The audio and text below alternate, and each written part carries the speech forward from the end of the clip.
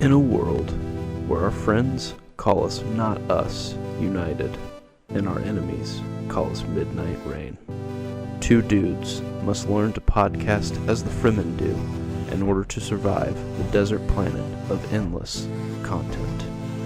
We don't care how many enemies we have. They'll never be prepared for us. Not us united.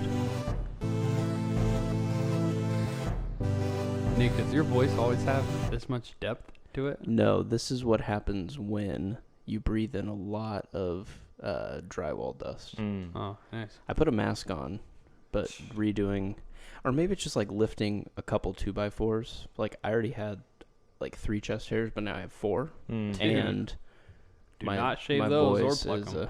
Yeah. No, if you pluck them, then like 4 more will grow in its place. That's right. Yeah. It's like a hydra. Yeah. No, I think it's I put a mask on like immediately, but I definitely started sneezing a little bit in there, and it was like, okay, so I think I got some stuff. That's growing pains. Yeah. Nick, So. I think you can take your mask off in front of us. You can show us your true selves. Howdy ho! Please do the rest of the podcast in that voice.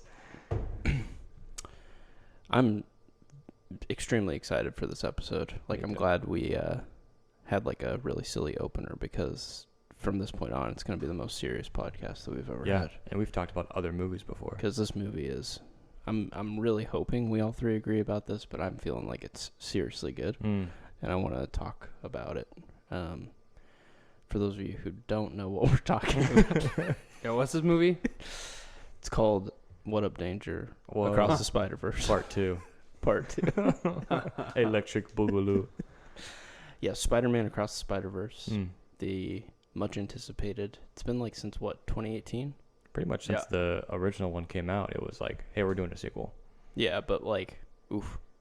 It's been a long time. Think of how much has changed since the original Spider-Man Into the Spider-Verse. Yeah, we've had other Spider-Man movies. You were like born. Yeah. COVID. COVID. And then 10 years. Yeah. You grew your hair. Yeah. I did grow my hair. You had a beard? Yeah. 3 more chest hairs. 3 more chest hairs. Yeah, starting from 0. Yes. Because you were a teenager. Yeah. Oh, yeah. Yeah, oh, true. In 2018. Yeah. Yeah. I was mid-20s. You didn't even know how to drive. You didn't even know how to walk. I didn't know how to drive like a semi-professional van, Yeah. you know, where you have to have like a special license. And then you were like, what up, danger? And you learned how to drive. And then I did. You're right. So Prepare here for we that are. joke like 16 times as a podcast episode. Colton, you need no introduction, but we're going to give you one. Without... I didn't practice one. What? I didn't practice it. Oh, well, I got one for you. Oh, okay, great. I've got the deep, buttery voice tonight, so I better lead the... I'm going to slow jam. Let's slow an down. intro for... I can't remember if we said this last time, but if it wasn't for you, there probably wouldn't be Not Us United. Because during the pandemic, we were just like, hey, it'd be fun to talk about movies. And so we have 3 unaired episodes where we just screwed around. The Not Us United Uncuts. The Not Us United Uncuts, where we just did a deep dive into some movies that we liked. Yeah. I remember you being bundled up. We did it on Skype or something. Or Zoom, perhaps. I don't remember. But you were always bundled up in just like a big old blanket. Yeah. That's all I remember. You were the toastiest boy. You'd just be like, yeah, I really liked it, but like the whole time you just had this like we could like see Obi-Wan maybe just your eyes. Kenobi with like a pink robe on. Yeah. Sorry about that. No, it's all it's good. great. It really added to the atmosphere of the podcast. Yeah. It's okay. No one was doing anything socially, so we were just like, hey, let's You're talk. bundled up in blanket. This is a normal thing to do. Yeah. That's right. Yeah. So, anyway, without you, I don't even know if we'd be doing this podcast. So, God bless you for Appreciate it. Thanks for doing it. setting the foundation up for us. But yeah, so I actually went and saw this movie with you, Colton.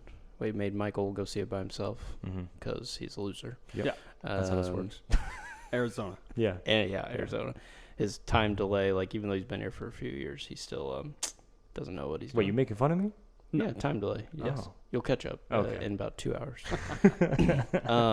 No. It depends on where in Arizona that he lives. Oh, 'Cause that's a very true. good Yeah. a small Yeah. part doesn't believe in Yeah. Doesn't They believe just in do the time. Yeah, wrong they're thing. like time agnostics Yeah. or something. yeah. There's like most of Arizona doesn't go on daylight saving, but then like portion of like northern Arizona does go on daylight savings. Yeah, so there's like a stint that you can take where you technically I've like talked never about travel it. through time because No, there's a stint where you can go through like the most time zones, the most time changes in like an hour because you're driving in like Arizona time, and that's always but stays the same. technically if you do it right, you would like never lose a minute. Yeah. So it's like what? by moving to Iowa, I have taken two hours off of my life. You almost said years right there. I almost said years. Whoa. That'd be bad. Is this Go Interstellar? back to Yeah. Arizona. Because I went forward in time. Yeah. Because I was born in Arizona and I moved to a different time zone where, depending on the year or the time of the year, it's either an hour or 2 hours ahead of Arizona to where I was born. That's So wild. So like if a different- baby was born but then like transported immediately to the next area, it could technically exist before it was born. Yeah. You could go, because like if you're born, because like there's like, the international date line. If you're born on one side of the date line, you go, to the other side. You could, I wonder if You could somebody's live crazy and enough to then- just be like, I want to make that happen with like oh, that's gonna happen. somebody's had to. I have plans. That's funny. I just need to okay them with my wife first. And honestly, this talk about time actually makes more sense than most movies do when it comes to the multiverse. And so Ooh, this segue. is one of those One of those You like that? times. You like One of that those little- times. That's good. Wow, little web of Oh, ingenuity there. yeah, a little A story. thwip to a point. Why I don't you cannot s- believe. Did you come up with that? Thwip? Thwip. Yeah. No, you that's like- texted said thwip. That's See, I'm That's like Spider-Man's comic classic. thing. yeah. See, I'm not even. He goes. He I'm does. not He shoots his little versed webs, and in it's like the Spideyverse. that's the noise that the Thwip. comics make. Okay. Well, Well, Mallory and I thought it was just funny. So After this movie, So- you're definitely well versed in the Spider-Verse. Yeah. I mean, you were. This You're- is baptism the by most, fire. Yeah, this is the most Spider-Verse, Spider-Man that you're ever gonna thwip into. Yeah. You We- swung into the fire. That's right. We had a very fun showing. We got to go to a local cinema that like usually only shows like low budget, very like local movies or indie movies or like if it has 65. Sundance before it. Or A24 A24, that's right. A Wes Anderson film perhaps. and Dune. And oh, did they show Dune? Yeah. They did? Yeah. Okay. I guess if the director's like artsy enough, they're like, screw it, we'll do the bigger movies. Yeah. And this was one of those where I Even think if it's a the bigger movie. art was just so fascinating that they were like, you know what, it's worth it. So they pulled over the big bucks and we got to see it. Yeah, initial thoughts. Why don't we just do like a spoiler-free? What are your guys' thoughts on? And maybe some thoughts about the first one. Yeah, probably do spoilers for like the first movie as we're talking about spoiler free for the second. Yeah. I think that makes most sense. So you can talk about openly about the first movie leading into this movie and then what your thoughts were. So Colton, I want to put you on the hot seat. The Oh, thwip seat. Yeah. How did you feel about Across the Spiderverse Thwip, and thwip, or it Into the Spiderverse? was. What's a word that rhymes with thwip? Legit? I Is don't. that that line? I don't think any of those work. Thwip But and the legit? that's okay. Those are insane. Well, I mean, it's good that you asked me first because you guys will fill in literally every single gap, which is all of it. So, Don't sell yourself short. oh, okay. Yeah, and I remember I was watching it. I didn't go see it in theaters or anything like that. I just watched it the in my first one, basement. yeah. The first one, yeah. You texted me about it. No, I wasn't in my basement. 2018, and we didn't live in our house. Anyways, I watched it, and No, you would have gotten it like a year later. It was yeah. like a red box or something. yeah, that's right. That's I don't know why I remember. Yeah, I watched you, it with my texted your, nephew, like, right? little nephew, yeah. Yeah, see, you remember more than I do. So, yeah, I watched it with my nephew, and I just remember that like I kind of got it for him, Mm-hmm. but then I just stayed up the whole time watching it You're and like, was just never mind. super Wait, this is impressed great. with This is for me. just everything, even with how like it just starts. You're just immediately taken into it, and I wanted to rewatch the first one before coming to the studio here today. The studio, yeah. And I I got about 30 minutes into it, and then I had to go to my next activity. So Sounds I like did me, pretty dude. poor at that. It's like me watching movies. Yeah. That is Michael watching movies. But that was no reflection of it being bad, because I mean it was. Oh really, no, really good. exactly. Like, Yeah. I would not have agreed to watch a second movie with you in theaters. I would have asked for a different movie. Yeah. If I didn't think the first one was great. Yeah. So Right. yeah, I mean, as far as like spoilers, what happened in the first one, can't say anything really to that because Sure. I've got a bad time remembering movies anyways. But as Sure. far as the quality, like I just Mhm. remember just being super impressed by the quality and the type of animation that I've never seen before, Right. ever, Mhm. and just style of movie. And I'll say this a little bit in the second film as well, but just the music really impressed me in the first Oh, one yeah. too. Just kind of how it Mhm. kind of lived on its own and Mhm. also brought everything together in the first movie, which Yeah, was for great. sure. Yeah. How does music affect you when you're watching film? Like, does it, I don't know. Sometimes, like, when I don't notice it is when I know that it's really good. Yeah. Or sometimes when it sticks out, that's when I'm like, oh, never mind, that's why it's really good. I don't know. There's Yeah, times music's weird. Yeah. Yeah, Good in in a between. yeah. I mean, I think that's it, right? Like the idea of a good soundtrack, unless the goal is to like make you hum it or whistle it or sing it, like the Hogwarts theme song everybody Mhm. does, right? Like an And, iconic thing. Or that whatever. was intentional, Yeah. right? But otherwise, I think a good soundtrack is just, you don't notice it. It's just there. Yeah. But I think the Spider-Man movie did it in a weird way where, it just became a part of that movie. Yeah. But you still noticed it, not because it was bad, but it was almost like you're wearing headphones listening to music while you're Mhm. watching this movie, Yeah. but can still hear everything. Like they a picked good way of the putting it. perfect soundtrack to it. Soundtrack being a way like you kind of made up your own mixtape Mhm. while you listen Yeah. and watch the movie. Yeah. It just went so well with it.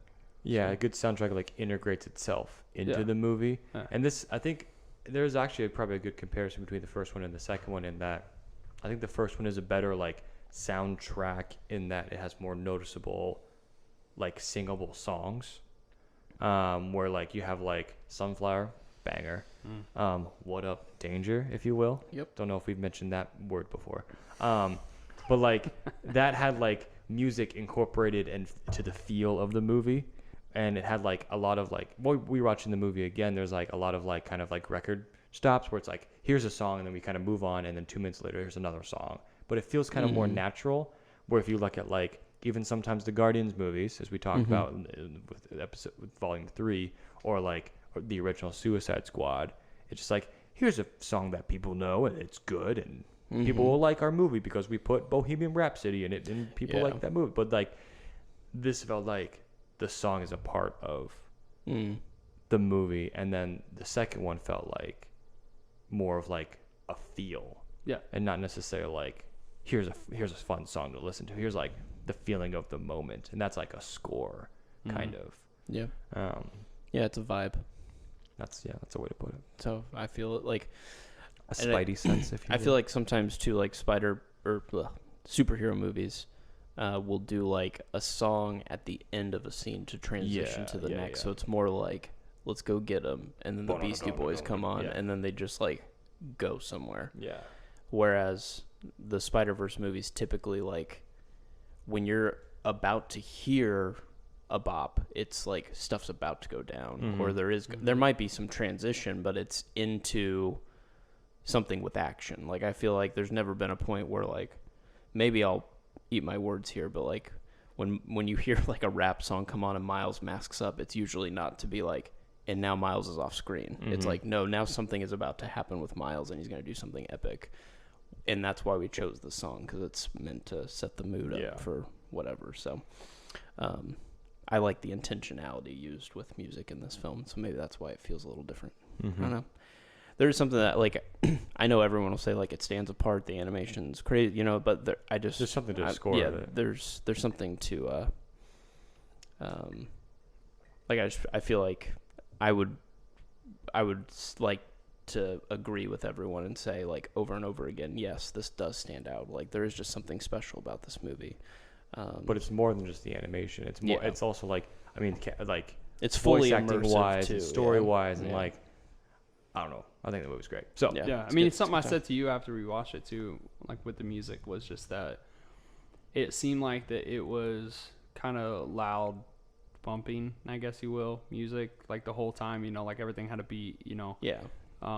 Until the moments where like they wanted you to feel, Mm-hmm. then all that dropped out, and it was more like a score, Mm-hmm. you know, with orchestral music and stuff like that in it, you know, some strings or whatever, and that just pulled you in a little bit deeper into the feeling of emotions. No, I agree with that. And like they gave, this was something that happened a lot in the first one, like when the Prowler would show up, he kind of had like his theme song, like they kind of keep themes with, you know. Yeah, that's how it goes. And I'm not even going to try to do it, but like there's a certain Spider-Man who gets his own theme song as well when he finally shows up, and it's a very like techno-y, but almost like synthy. Yeah. And it could be bad, it could be good, and I think you're supposed to kind of feel that. Yeah. Like you're kind of supposed to feel the ambiguousness of like, I don't know how that made me feel. Like it's pretty like cool, but at the same time, am I supposed to be like scared? And it's like, yes. And so it's weird. When I think of animation, I think of that was a cute movie for kids, and it usually tells like a good story that makes you want to like care for your family better. This is like a kid movie too, but it's, I don't know. Maybe it's not for like little kids. Maybe it's meant for that kind of like teenage. Yeah, this is. But then also for the adults. YA, I don't know. Like Shrek. it's a coming of age movie. Like the whole. I mean, Spider-Man is just a coming of age tale. It's like I'm a teenager, but I have spider powers, and like what do I do with it? And so like I think there's all of us. Yeah. I mean, I remember when I was 13, I got my first spider powers. Right. Yeah, and flipping all over the place. Spider-Man is also just like all time. Like I've gone back and forth with, like Captain America was my favorite for a while just because of how the MCU handled him, but Spider-Man was always my favorite before that, and like it might be starting to take over again. So it's like, he's just so relatable. Like he'll never not be relatable when it's real life and superhero, because there's just too many characters that are all superhero, you know. But to your point of animation, I feel like there's definitely a shift happening where animation is, and it always has been, an art style, but it's can be directed towards adults. It doesn't have to be like, oh, here's a fun Pixar movie, but like even some of those movies have, you know, adult themes in it. Right. But this feels like a shift of, no, we can tell a story, and it just happens to be animation, and so that's the way this story could not be told in any other form, in any other medium, besides animation, because of just what you have to do in this movie. And so I think there's gratefully a growing population of people who's like, oh, I'm gonna go see this because I want to see an animated thing. Yeah, I wonder if it's an obstacle though, and that's why we don't see as much content made for like an older audience, because it's already a hurdle to jump through. Where people are like, "Oh, it's Spider-Man," but it's like it's not live action, so it's not going to make all the money. It's going to make less, and because people are like, "Oh, it's the cartoon version or whatever." Yeah. But there's like lately been a few like animated projects where I'm like, "Oh, that might be like one of the best things I've ever watched." Like one of the most recent like animated ones that I liked was the League of Legends Netflix special. The show Arcane, I think is what it was called. Super good. Definitely not for kids, but like it's about video game characters that you can play as, but it's like the lore behind all of them, and it's like got some adult themes and things like that, but it's like it's done super well. But I feel like you look at it and you're like, oh, it's like graffiti art, must be for kids, see it, and it's like I can just see that happening. So it's just funny that like I'm glad that this art form is becoming more popular, but I hope it could get the masses rather than have to spread. So like I think you it's should go check doing this well out, so box office I think wise. I think it's successful. I don't know if it'll make like the No Way Home money. So I'll say one thing to what you said, Michael, and you had said that like the story had to be told in animation, and I think I would challenge that and just say that I think that the story was best told with the animation and the animation style that they chose, because if you strip away the animation, if you strip away the soundtrack, I think you still got a like great story in there, right? But I just think that the animation and the soundtrack just complemented it so well. And I was, like I said, I was trying to rewatch the first movie, but have no concept of time, right? And but even after that 30 minutes of the first movie, rewatching that after just recently seeing the second movie, I mean, I thought anyways that the animation of the second movie just way better than the first one still. Sure. I think that the first one felt more like it was trying to be a cartoon, right? And it was less smooth, but this new one was just it was really smooth, felt a little bit more realistic while still also knowing that it was trying to be like the comic books, you know? So I preferred the animation in the second one over the first one. The first one was still really good, but I feel like a lot more people are going to be able to relate to the second one and like it. Well, when we definitely visit different, without spoiling too much, we visit more places in this sequel. Yeah. And so since we're all in Miles's universe for that first one, I think his universe is like at 30 frames a second. Like I think it's meant to be a little more choppy. But then like I'm going to just jump in a little bit without spoiling. There's a character, Gwen, from the first one. We get to spend a little time with her. That's all I'm going to say. And when you get to spend a little time with her, guess where we're at, where she's at. So in her world, it's like way different than Miles's, and it's animated differently too. And so that's the one thing that I feel like is like unprecedented in this film. Is like, oh wait, so there's that world and that world and that, and then like at one point you're just like, oh wait, and then everyone brings their own animation even though they're in a different world. Yeah, that's wild. And so there's a certain scene where just like a lot of people are on screen, and I think they said it took like 4 years to make, because if you think about like Miles has to be edited so that he looks like he's going at like 30 frames a second. Gwen has to be like airbrushed.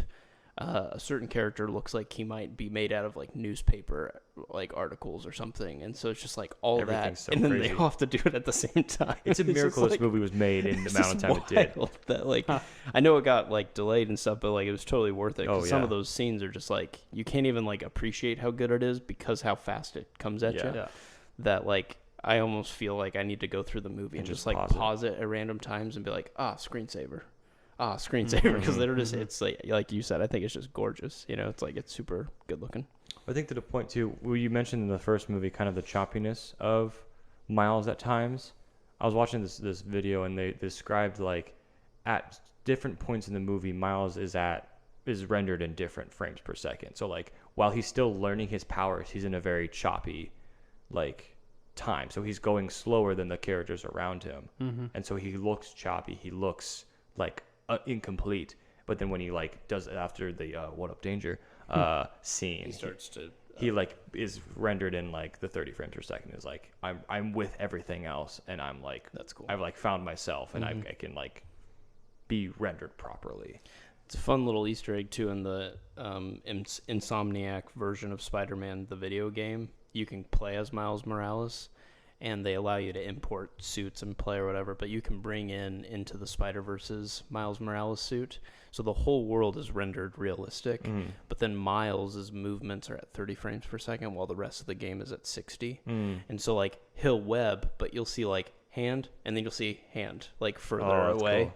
instead of like the full movement, because the world is going twice as fast technically, so you can see it smoother, where his transitions are like choppy. So like when he punches, you'll see him start the punch, but then it'll like be at the face already, and it's just like that's really sweet. It's kind of cool how that's they can I just don't know how they do that, but it's super cool. I wonder if that like I'm not trying to make light of anyone's work, but I'm like, are they pulling some like parlor trick on us, or is this just like really really really good hard complex ways to animate? Or like are certain ones of these just like, actually it's cake. That's stuff that we used to do way back in the day. Sure. Or it's and like we just copied and pasted that to some of these. I'm just curious. I'd love the behind the scenes. Yeah. But anyway, into the weeds. This movie's pretty dope. What do you think? Pretty dope. Pretty dope? Yeah. Pretty dope. All right. It's pretty dope out of 10. Yeah. Whatever score you give that. So I think with that said, let's actually get into some details because There's a lot to talk about. there's some spoilers, but there's like some big things coming. So this is your spoiler warning. All right, let's get into it. I remember being told that this was a part one. Yep. And forgetting about it. And then I watched the movie and I totally forgot that it was a part one. And then I was surprised that it was a part one. Yeah. When there That's was the a beauty of the cliffhanger. movie. Yeah. I was like, I knew it was a part one, but I kind of forgot about it. Yeah. I like ignored whatever was coming out. And then as it was gearing up to the end, I'm like, we have what? Do we have like 10 minutes left? We have so much to wrap no up. way How are this we thing can doing finish. this? And it just ends. And like, that's incredible. They fooled me. And I knew. I don't remember if I told Colton that when we were in the theater, but like it was building and I'm just sitting there going like, dude, these are like That's 10 like one of the first things I said to you afterwards. you're Like, like, yeah, "Isn't it-" there's no way they could have wrapped this thing up. Yeah. Yeah, because the way they end this film, you're sitting there going like, there's only gonna be like 10 minutes left, and it's like the final boss starts to show up. Miles isn't even in the universe that he's supposed to be in. You're just like, what is about to happen? I don't know. Anyway, Dude, but the beauty about that is I could have stayed for another 2.5 hours, dude. I was ready to it keep did going. feel very like, and luckily we won't have to wait 5 years this time. I've Yeah. heard it's like 9 months until the next that's one. incredible. So hopefully we can. I'm so happy. Yeah. Hopefully it does not get delayed. But because I've heard that the voice actors haven't even like filmed any lines for Really? it, so it's like, wait, so is it done or is it not done? Because Yeah. 9 months doesn't seem like a lot of time for you to make a movie. Yeah. If it took you 5 years to make this one, but Well, and I mean, they gotta. I think, anyways, they gotta live up to the voice acting that they did in this one. Mm-hmm. Because I mean, I didn't even think once about the fact that somebody was recording the voices. Oh, yeah. You know, Oh, it was I just see. like who was behind characters them, yeah. were. The characters were actually the characters. Mm. You know, like I think once I said to you, because I completely forgot that Nick Miller recorded, you know, Nick for Miller, the Jake first Jobs, one, right? yeah. Peter. And so when he came in, I was like, oh, I forgot about this. Mhm. Yeah. Right? Spoiler, sorry, but Nick already gave you a warning. Yes. Yeah. Oh yeah. So we're good. We're in the clear. We're good. Or Oscar but yeah, Isaac. I mean, I think, like you said, you know, a good soundtrack sometimes or a good score or whatever, just you don't think about it. Yeah. And I think they accomplished that with the voice acting too. Oh, Like, yeah. I didn't think about it. It was so good. Mm-hmm. And I like when people are willing to do roles that they won't particularly be noticed as. So it's like some of the characters kind of look like they're voice actors, but for the most part, they're actually quite physically like different Mhm. looking. Like Miguel O'Hara doesn't look like Oscar Isaac, No. like really at all. In fact, somebody said Miguel O'Hara kind of looks like me. Huh. Really? I'm not even making it up. Let's see this guy. Wow, a beautiful boy. I don't know. His hair was just like kind of had that like middle part with the got whips, enough- and I I'm can just s- I like, can kind of see it now. Whip, my guy. Did you say whip or thwip? either one. I'll take it. Whatever you hear. I'm just saying he's kind of jacked, kind of cool, kind of whatever. So I mean, Was- what up, did your Danger? wife say All right, this? I got my phone held up right to your She hasn't face. seen the movie, but Okay. Make Okay. your mouth straight and do a little squint. Oh, there he is. I see it. I can kind of see it. Okay. No, you got. Okay. All right. you were the first You're the abomination. first. What is it? You were the first. Abnormality, something like that. What's the word? I don't remember. The glitch, Yeah, whatever. whatever it is. Anyway, Fine. my favorite part of the whole movie was Miguel O'Hara's theme song. Oh, incredible. I loved. I think you want to talk about score. It's like that. Is what sold it. Like that came up and it was just like, Oh, dude, and it's just, it's so good. I loved it. And it comes, yeah, that's like where the score just really takes over for me. My other favorite part was the whole movie, Yeah, Yeah. that's Good what I was point. gonna say. but those are just that's all my notes. Yeah. I was talking to Nick about this, and I'm like, I'm still like processing all my feelings for this movie. Yeah. But like, I walked out of it, I'm like, every single movie I see is Yeah. gonna be compared to this one, because Why? I think it's incredible because it's so inventive. It's just like every scene literally is like a painting, and like you say, like every screen, every shot of painting. It's like no, like they literally like. You talk about Gwen's world. It's like they just took some watercolor and painted the background, and then it like changes colors every other time, and her hair changes colors. And There it's was just like dude. There was a scene that they were like making you feel, right? Yeah. So like the music And the dropped out, colors and then were it was changing score, with the and then in the characters. background and the characters, yes, the Oh, colors it's were incredible. changing. I'm like, whoa. It's like your feelings are supposed to change, and so are the colors. Yeah. That's sweet. So that's where I say like, yeah, and that's how the movie was pitched. That's why I say like animation is the only way you could really tell a story like this, where it's like because of like everything how that's do you going do on. it? Yeah. How do you do that? How do you have like Sure. this paper mache like Da Vinci like vulture in the world and be like incredible and inventive, and then you have a future Spider-Man coming in, and then you have like I didn't see this because I didn't watch in the trailers, but like then like thousands of Spider-Man in like every single different animated way you could possibly imagine, and then you go into like the Indian version of a Spider-Man, and then you go to like there's a freaking car Spider-Man. It's like it's incredible. Like along just the ways they took to like we don't have to do this to tell this story, but we're going to because it is going to enrich the story in a way. And like I just to have a multiverse make sense and to like web together. I actually did not mean to say that. But like to just mesh well and make sense, and like the whole everything they do with like the canon. It's just like, dude. Yeah, it was perfect. It's better than No Way Home. It's the best Spider-Man movie. I don't know. I don't know if I can say that because I thought Into the Spider-Verse was the best Spider-Man movie. So I do think that movie. I think for like Spider-Man fans, I feel like a lot of people have said Into the Spider-Verse is actually the best Spider-Man movie. I think No Way Home was the best like fan service Spider-Man movie to be like, hey, I've been a long time fan and I love what they did. And I will say like for some people who maybe slept on Into the Spider-Verse, having watched No Way Home, I think it's a little bit easier to jump into Across the Spider-Verse and be like, okay, I can kind of accept that there's just like a bunch of different Spider-Man. That was my argument with No Way Home, like, and I want to reopen that argument again. Oh, okay. Because I feel like both of these movies work far better than No Way Home in just a general concept. I don't know. I mean, there's literally scenes in Across the Spider-Verse of the same Spider-Man you're talking about. I know, that's funny. So but I think it's okay all because the same. No, it's not. Because like Into the No Way Home doesn't work if Andrew Garfield doesn't show up. If it's just a random Spider-Man, no one cares. But literally thousands of random Spider-Men come in this movie, Spider-People come in this movie, and it works. And it doesn't matter who they are. No, I see what you're saying. Yeah. But like Andrew Garfield's on screen, so it's like, haha, you remember him as Spider-Man, so the movie's good. I think you can see it as like shackles for that movie can only play two cards, but at the same time, there's still two good cards. If that's all the like Spider-Man movies you've ever checked out, it's not like they're. It would, yeah, I agree. It would be weird if like India Spider-Man was just like, I'm here. Yeah. But I mean, like, what would the plot purpose of that even do? Like, we needed it to be a specific Peter Parker who specifically went through the things. Yeah, and I'm just not like, okay, sure. I get what you're saying. Anyways, plot purpose. I mean, I think everything. I wasn't watching the movie and being like, well, what's the point of this?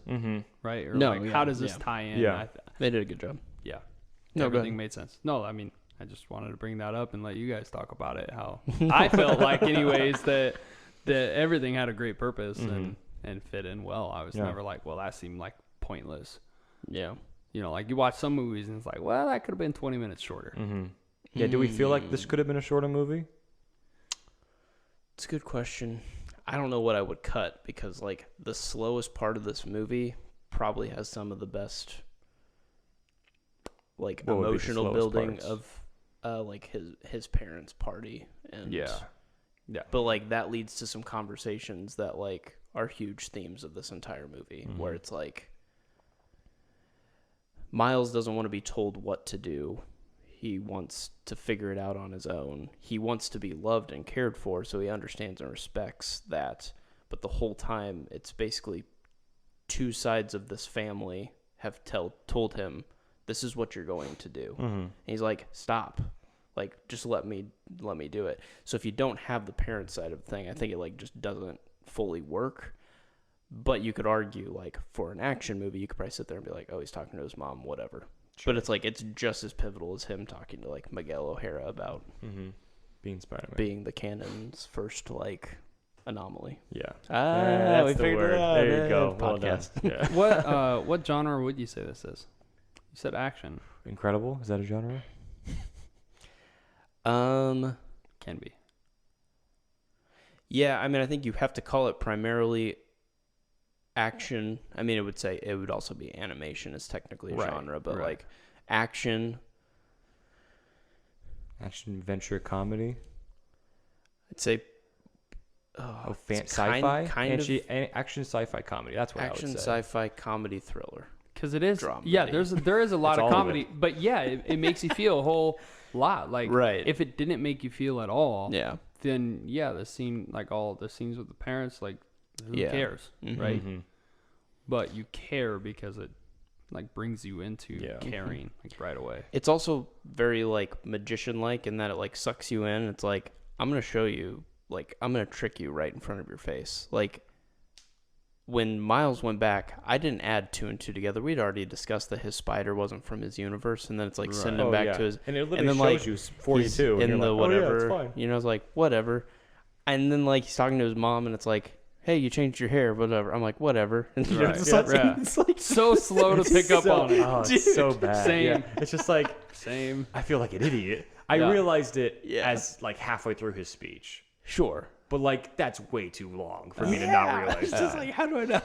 Like probably when he realized it, you realized it Yeah. right before he said something. But like watching it, we should realize sooner. Yeah. But I mean, that's a mark of like doing it great, right? Yeah. Is not letting you in on something that otherwise you know.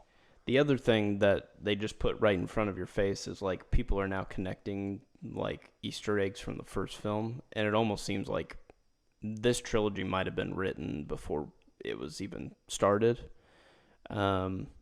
Because like there's a scene in the first one, Into the Spider-Verse, where Miles meets the original Peter Parker, the one that dies at the beginning, and their spider senses like tingle together. And like when you look at Spider-Man, it's like red and blue themed, and when you look at Miles, it's like green and purple, and then it fades into blue and red. And some people are speculating that like because of that moment, that was the canon moment that got messed up, and he was going to always become the Prowler, but didn't in that moment because now he gets to become a Spider-Man instead. And so that's why that theme changed from green to purple to red and blue. And it's just like, what the hell? It's just something you don't know. Like you watch it again, you're like, oh, that's a weird thing they did. Yeah, but Or it was like- just like a subtle thing that's like, that was maybe intentional. Yeah, like we- watching the movie again, it's like, oh, they never explain where the spider really came from, and you're just kind of like accept it. You're like, oh, it's a lab thing, and so they at least knew that he was going to be some kind of anomaly. Yeah, and we just accepted it because it was like, oh, multiversal spider, so multiversal Spider-Man were great. We got it. The other thing is when him and Aaron are just graffitiing like all throughout the subway, he straight up paints like a silhouette that looks exactly like the Spot. Whoa, you're right. Like when he does his like the like final Full. form where he's like black with like the white out, dots, it's like the exact same shape as that from the first movie. That's nuts. You're It's right. just like, wait, dude. And the Spot was such a great character. Oh my gosh, yeah. Awesome. So good. Started off so silly. But Start off like this villain of the week where it's like, oh, that's a cool power. That's fun to, and it's fun and it's inventive. It's fun to like mess around with. It's that more kind of annoying fight. for him than even the people he's fighting sometimes. Yeah. too, which is kind of Yeah, cool. but it was a fun introduction to him as well. Yeah, And then it becomes this like, just mega villain. And you're like, wait, you have the power to like just do all these crazy things, and like he's not even like a huge plot thing in the movie. Like we didn't even talk, about it at this point. It's like, oh, it's so good. He could have been in there more He could have for sure. Yeah. I think he will. Oh Like, yeah. He's Did not we done. actually meet him in the first movie, or did No, because okay, so one of my favorite parts of the first movie is the whole bagel thing. Like I loved that part, and for them to like bring that back, Okay. because the whole bagel thing was like he took the bagel, that's real, and then he throws the bagel and he hits the guy in the head, and it says bagel when he hits him. I love it. It's genius. And so then that scene cuts, but we're supposed to say that the big guy who got hit by the bagel is the Spot. Yeah. No way. Yeah. Yeah, because I mean that's what they say. He in turns the, it. It's 100%. That's the guy. And then it's like, oh, a spot. Like, Yeah. the bagel's like a spot. Oh, dude. What the hell? It's so good. It's so good. So they had to. Yeah, no, for sure they know had what's to, going yeah. on. And that's what was funny, because, like, that's his origin story. It's like, I got hit by a bagel and then the Clyde or whatever. It's like, dude. And it's so stupid, but then it's like, oh, wait, you're like this most powerful thing. Yeah, and it's really well written that, like, it's funny how, like, so when Peter becomes Spider-Man, it's like, now this will affect my pre-established life of all these, like, friends that will now become villains, whatever. Miles, since he, like, never was supposed to become Spider-Man, it's funny how things just kind of, like, fall into place, where it's like, my uncle still dies, but it's as the villain, so he gets his, like, Uncle Ben moment. But, like, it's the opposite, right? Like, it's not the hero that's making him the hero. It's the villain. It's the villain that's making him the hero. And then, like, this random guy's like, I'm your arch nemesis. He's like, I don't even know who you are. And it's like, the Peter Parker thing is like, I always know who my villains are, because it's either my, like, stepdad, teacher, girlfriend's dad, like, whatever. And so it's just funny that Miles kind of gets this, like, messy, like, version of, and that kind of ties into the whole canon thing, where it's like, it will always happen. A Spider-Man will always go through X, Y, and Z. So it just makes you wonder, like, how the universe corrected itself to kind of just, like, throw things at Miles, whereas Peter kind of had a more, like, traditional, like, it had to be some dude that you arc. had some kind of connection with because you threw a bagel at him. Yeah, so that's just funny that, like, the chaos of that, but how, like, it's actually quite methodical and stuff. Great. So, what a movie, man. Makes me want to just, like, this feels almost like a Lord of the Rings, where it's like, I'm just gonna have to watch all three. I have to watch this, And, like, it looks like it's just kind of told in one fell swoop. I do think there's obviously a little bit of a time gap between the first and the second one, but this third one, I think, well, they said like a year and a half or something like that. Yeah, just enough for Miles to get a little taller and bulkier. My guy. Do you have any favorite scenes, Colton?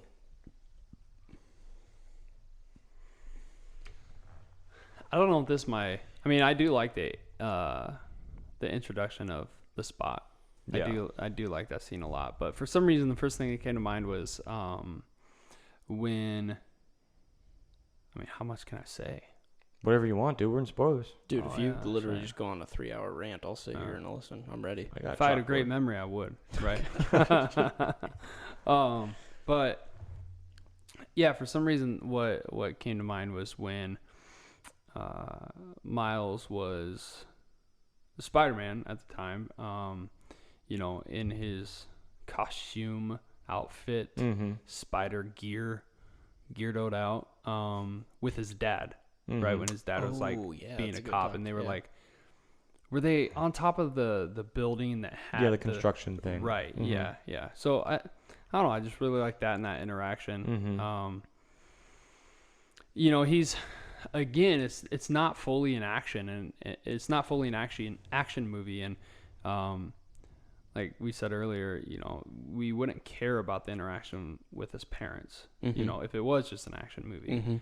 And so it's just really, I enjoyed seeing him try to navigate that, like, being Spider-Man, but also being your son moment, you know, because like the entire movie, I mean, he tried to get a cake for his dad, and that screwed up because he was trying to do both, right? So, like, it's pretty obvious that he can't do both at the same time without actually, you know, coming out and telling them what's going on, right? So it'll be interesting to see how that plays out in the third, because if the third is going to be the completion of the trilogy, which that's usually what the third means, right?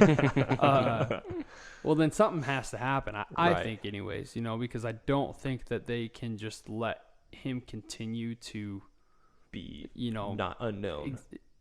Not be known, right? Sorry, not double negative. So that'll be interesting to see in the third movie. So I mean, that's the first one that came to my mind for some reason, and it's probably that part of it, just him trying to live out both sides, but failing at it, because who can be good at that? Amen. Were you gonna say something? Well, I want you to. What was your favorite scene? The whole movie. Jeez. When the T-Rex swooped in, that was pretty dope. T-Rex Spider-Man. That was pretty great. Pretty cool. Cat spider. Cat Spider was good. Every like inventive spider. I like the like kind of like 2D, like the old like 90s Spider-Man where it's like, I'm looking at a wall, better go check out this alley, where like how comics used to be written, where it's like every single thought that I think is on the page, and it's just so like dense and crazy. Just like, oh, it's time to look at the wall, and there's nothing over here. There's nothing over here. And it's like, it's so stupid. I love it. How do we feel about Spider-Man 2099, Miguel telling Lego Spider-Man that he is one of the best? Yeah, it's incredible. Yeah. Dude, that's the other thing. It's like having like a 5-minute like Lego scene. That was fun. Like that's so cool. It shouldn't work. It should piss us off because it's like, oh, it's a fan, whatever. Because the first one clearly is like not a, like, there's no fan service in the first one. No. There's no like, hey, remember the, and then this movie, I think handles it in a good way where it allows you to breathe. It allows you to funny, like the whole like baby powder scene where he like comes out and Miles sponsors baby powder, and then it gets rejected. He's like, I made a mistake. Yeah. He has to like do it public. Perfect, like for the times, like whatever. Funny stuff. Mm-hmm. Lego Spider-Man all time. Yeah. Oh, 100%. All time. 100%. I didn't think it's not the scene we needed, nor did we deserve. I wanted some more Lego Spider-Man. I thought it was going to swoop in. Damn, it was nice. I think our whole theater was laughing. It's incredible when that came out. It's incredible. Yeah. See, and I don't think they would have been laughing that hard, like if the movie didn't keep you laughing before that. Yeah. Right? Like it was just funny the whole way through. And like that's also like one of the first weird things they just throw at you. Like they had the weird Leonardo da Vinci thing in Gwen's thing. Yeah. And then like after that, it's like they just went off the rails. And it's like they garnered enough trust from the first movie because we're like, hey, we do some weird animation easy stuff into here. it though too, like the India Spider-Man. But that was after. India Spider-Man was after Lego. Really? I think, right? No, because that's when he gets warped in because he stops the canon event and he goes back into the. I thought it was I thought he sneaks into the portal to find Gwen and he just happens to be in India Spider-Man. I could be wrong. Maybe he goes on the first mission and messes it up. I don't remember, but I'm gonna watch this movie 100 times, so it's fine. But yeah, I mean, like the whole India sequence was incredible. Like, and like him using like I don't know what they're called, but like kind of like the top things with his webs. Oh yeah. And I'm just like, dude, come on. And his hair. Oh, incredible. Ooh, hair. Since I'm really good at like the first 30 minutes of the first one now because I just watched it right. I didn't realize this. Maybe this is just elementary trivial information, and I think it is trivial, but I thought it was cool. So wasn't Gwen's hair shaved on one side in this one? Yeah. Well, because he got it. Yeah. In the first movie. Yep. That's all I had to say and about so that. she kept it like That's that, it. right? Yeah. So that was cool. Yeah. Yeah. The other thing I noticed with Gwen too is like she changes a few times, but there's one where she has like in her universe, she has like ballerina slippers on, and she's like super like graceful. And then I think in another one she has like Converse on or whatever. But I just love how each spider person even just feels unique in how they like move. Like Gwen is always going to be like graceful, smooth, whatever. And then you like see 2099 who's like just like big, just ferocious, and just like like. And then there's even like a pregnant spider woman, just like, all right, let's do this. Did you like David Kaluuya voiced the British Spider-Punk one? Spider-Punk was all time. Amazing. His animation was so cool. Yeah, I loved it. And then he already looked cool, and then he was like takes off his mask. He's like, how do you look cooler? It's like, yeah. But like, there's just little things like that where Spider-Punk is meant to kind of like throw you off, and it ends up being like the catalyst for. Maybe Miles should stand up against these guys, like because even Spider-Punk's kind of like he's so anti whatever that it almost makes you wonder how he even got in. But like he at one point just is literally like peace, like I'm just not even gonna do this. But anymore. Like that's important to give him the gauntlet. So he gets the wristband or whatever. But I think it also like sets a tone for like, hey, it doesn't have to be for everyone. Was it him or somebody else that said when Miles was like doing the like energy transfer thing with he his taught finger, him how to do the hand. So like he gave him the tips to get out. He was like Big Brother the whole time, kind of under the table. Yeah, but you don't take him seriously because he's just he's like the British punk who's just like he's like the Russell Brand or whatever, where you're like you're not wise, you clearly just rock Mhm. too hard, and it's like, maybe he's like kind of like maybe he's actually kind of got an idea of what's going on. Or Yeah. whatever. But you just kind of throw him off. It subverts so many things, this movie. I want to give it a 10 out of 10. I think it's so good. It's a good couple years for part 1 movies, am I right? But I'm talking yeah, Dune. I think I kind of want to look a little towards the future, in that I think I'm landing at a 9.5 because I love the movie that much. What but do you it's think? Hard. Well, do you think if the third part just crashes and burns, it affects how good this movie is? I think so. Really? Just because of like because it is so much of like what is going to happen next. I think the movie is so good. Yeah.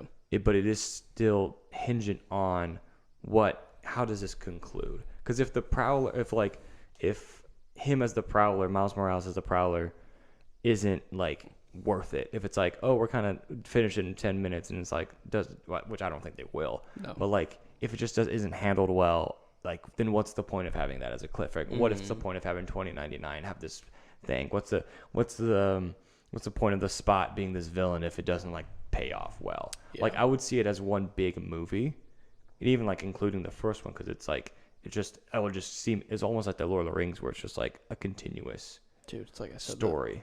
That. Yeah. Oh wait, I did. Nice.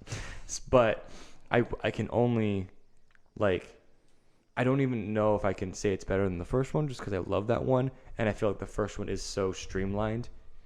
And it's like, even though it is dealing with multiverse stuff, it's like we have a clear story. This one is just like there's so much going on, but it is still compact. But I still need to I need the wrap up. But as of now, it's like, dang, it's in, I don't know, at least my top 30 movies of all time. And the multiverse, just to say quick, that made sense to me. Mm-hmm.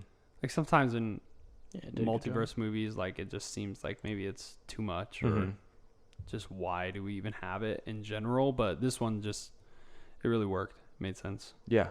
And to boil it down to oh, I understand what's going on. Yeah. Mm-hmm. And there's 1,000 spider people on the screen, and I know what I'm rooting for and why things are happening. It's like, so this movie ended pretty high, right? Yeah. Oh yeah. It was not calm. Mm-hmm. Will this next movie start more calm, or will it end just all right? Let's go.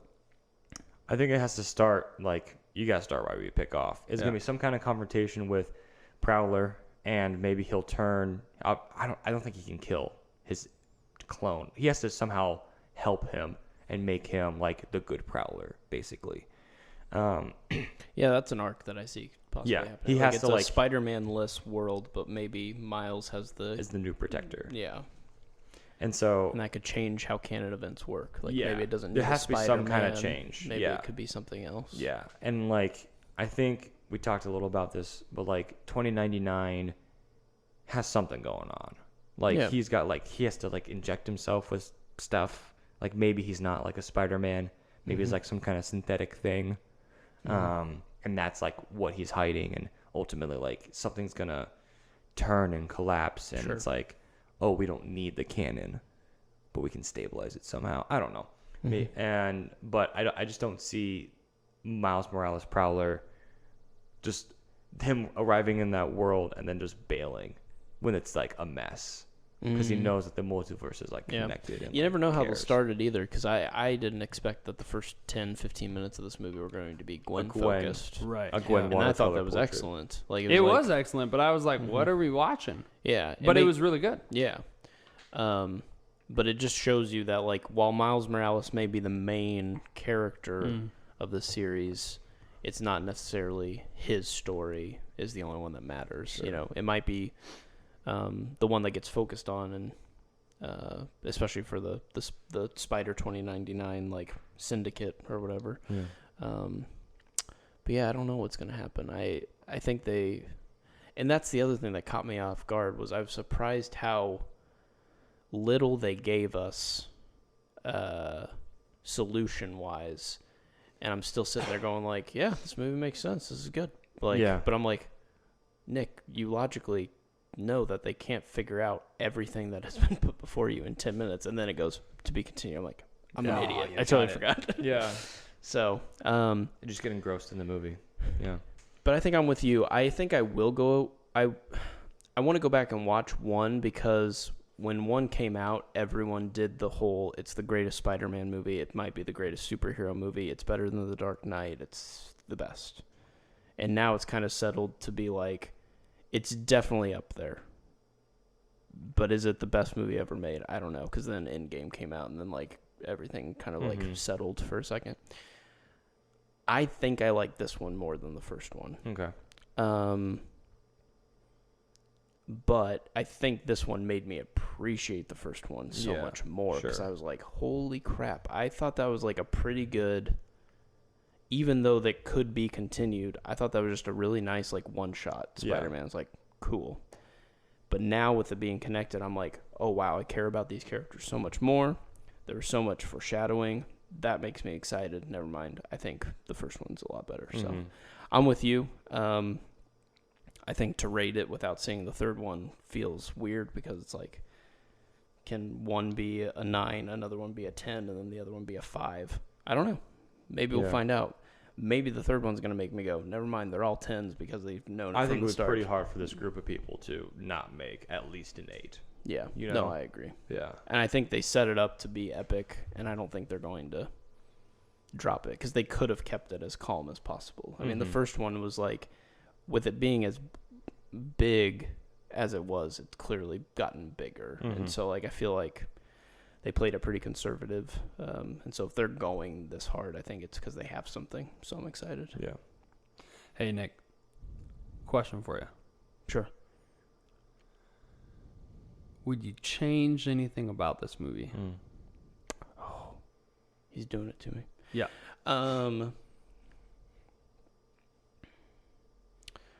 No. Michael? I'd make it longer.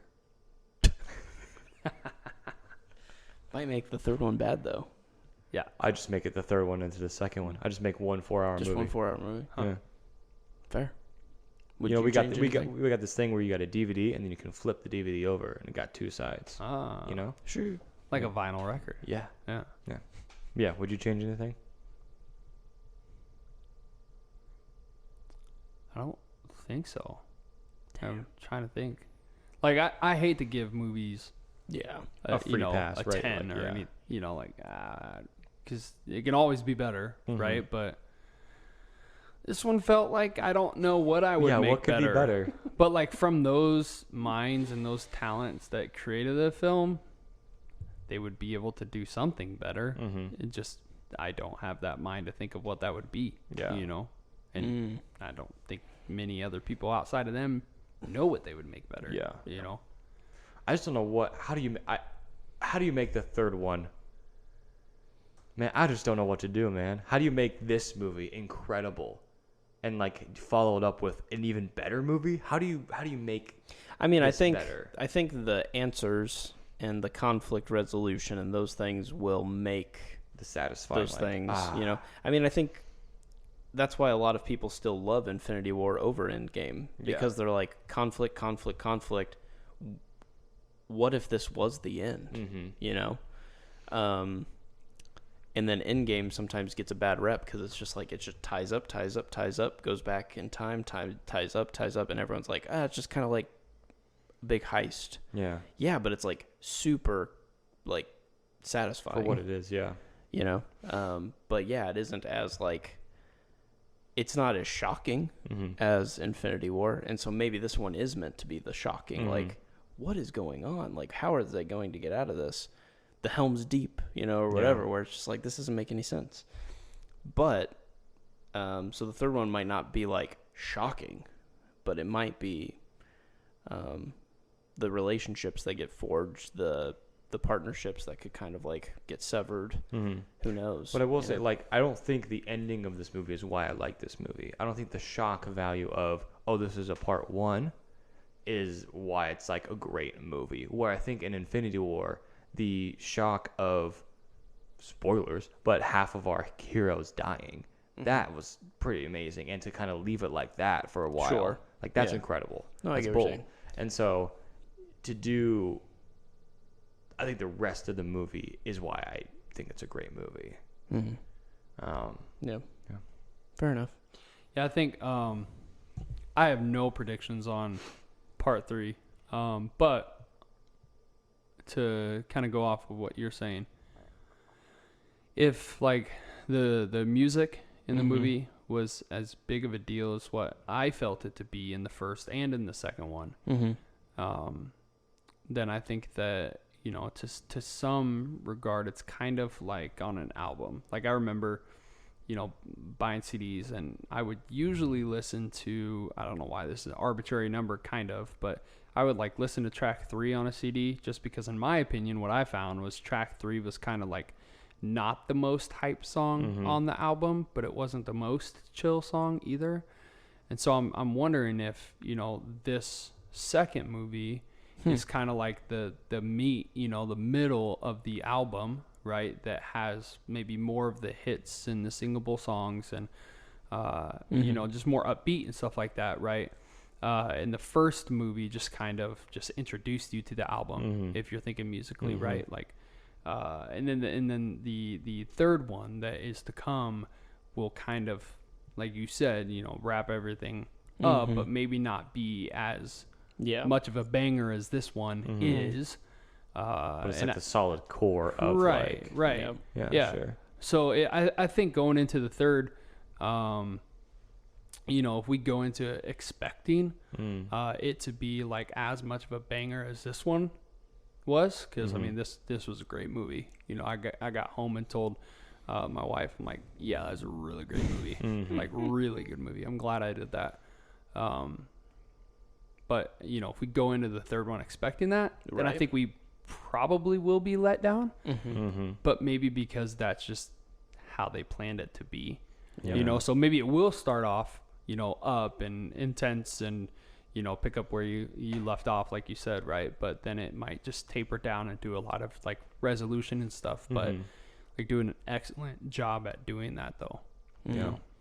Yeah, I mean, with him having almost 3 villains, it's easy to think that this will, you know, fill up a 2.5 hour time, because that first act could just be literally resolute, like trying to figure out how to fight himself. You know, like that's wild. And then you got Miguel and then the Spot, and I think that's gonna kind of be together. Like it's hey, we gotta stop this, and maybe this can rewrite what you think it is. You know, and I'm really excited to see, because there's a lot of side-by-sides of things they did in the first one that they did in the second one, even to the point where at one point doesn't I feel like there's a boxing bag scene in the first movie where he's like tied up. He ties somebody up to a boxing bag because he's like scared of like who they are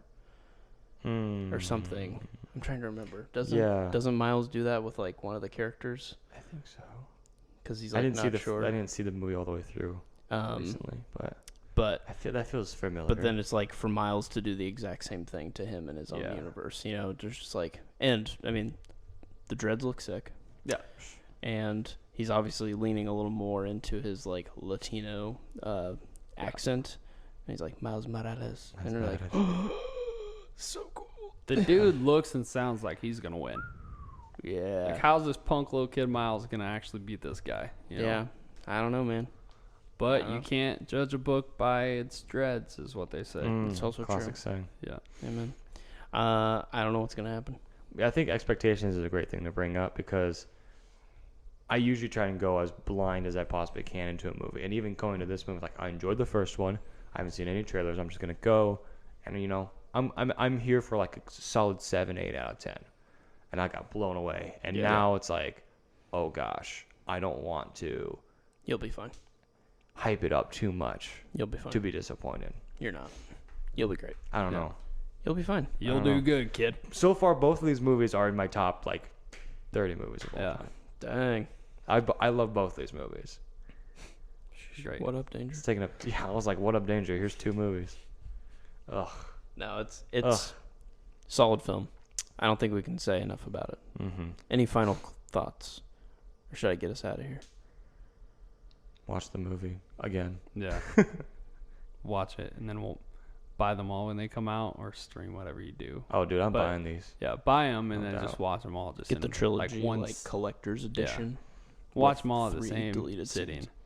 Like, go to the bathroom, get That'd your be sick. popcorn refill, Be really but nice. just watch them all Mhm. together. Yeah. I would look forward to doing that. And this is one of like the few animated films where I'm like, hey, theater actually was a fun way to watch this Oh, film. yeah. The only downside was, for some reason, the water you gave me Mm-hmm. made my kidney go crazy, and I peed like 3 Oh. times. Oh, dang, did you miss Yeah. some things? Oh, no, I mean, I peed really fast. Yeah. I probably was gone like 30 seconds. But, Okay. like, there was, like, this one point where I peed, got back into the theater, and then 10 minutes later I peed again. No way. That's just how it works That's that sometimes. supercharged water. That Dasani, man, it goes right through me. I thought I was getting ditched on my date. But like I said, like, it was during some of those, like, it's slowing down. I'm like, Yeah. man, I wish I could go back, because it was during his college visit with his, like, TA or whatever, and then and his parents, and then it was also when his mom had the cookout, and I missed like some of those things. Oh, but, yeah, that was great So I'm just stuff. like, ugh. But I got to the part where she has him like on her own, and like kind of tells him like, Mhm. hey, I know you're grounded, but you can Get out of here. you can There's a go." girl. So yeah, I'm excited to rewatch this film. So Kate's pretty excited. I kind of told her about it, so maybe we'll go and see it or something. But Yeah, I definitely want to try and see it again. okay, well, Colton, thanks for being here. Yeah, thanks for having me. Always a pleasure. We love you. Lots of love. A lot of people have probably heard of this film, and probably have checked out all the Easter eggs and videos like I have, and all the ticks and the talks. But now you can hear from us. Yeah. Not Us United. Flip, you go. Whip. Flip. Night. What up, Danger? Good night, Danger. Good night, Danger. You've just listened to Not Us United. You can find us under Not Us United on Spotify, iTunes, and YouTube. Please leave us a review and consider subscribing to our podcast. You can reach out for future podcast topic suggestions at notusunitedpod